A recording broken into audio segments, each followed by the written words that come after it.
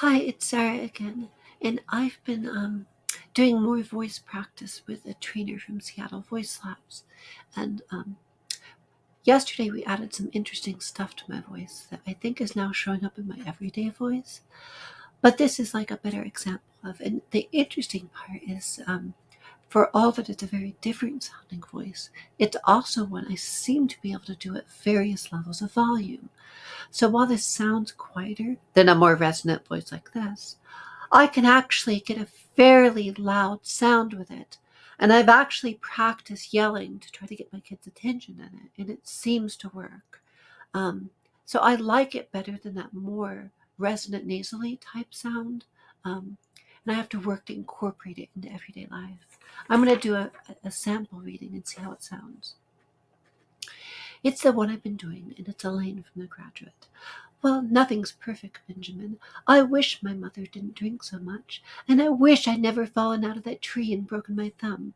Because it so affects my fingering, I'll probably never play the violin as well as I'd love to. But that's about it for the bullshit, Benjamin. It's only bullshit if you let it pile up. Heaven's in the details. Someone said that. I think Robert Frost said that. I was in this diner with my roommate Diane, and this guy came along with a goat and a rope.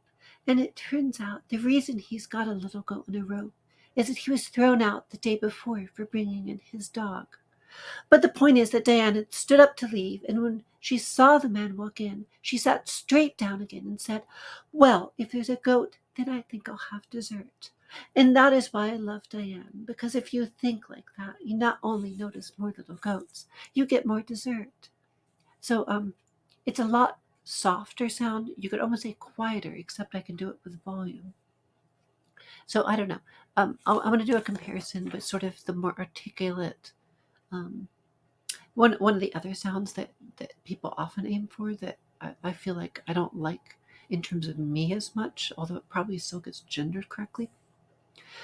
Well, there's nothing perfect, Benjamin. I wish my mother didn't drink so much, and I wish I'd never fallen out of that tree and broken my thumb, because it so affects my fingering.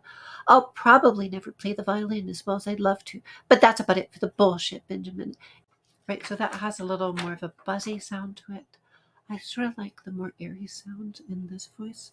Um, I also have sort of a more extreme. Well, there's nothing perfect, Benjamin.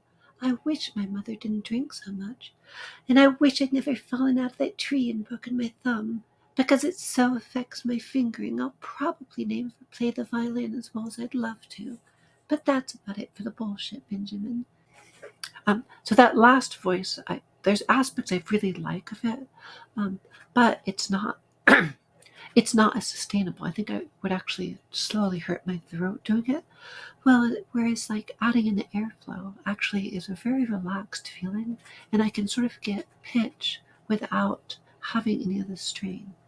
So, anyways, curious to see what people think about this, and it's also maybe an interesting example of the different ways your voice can go with training.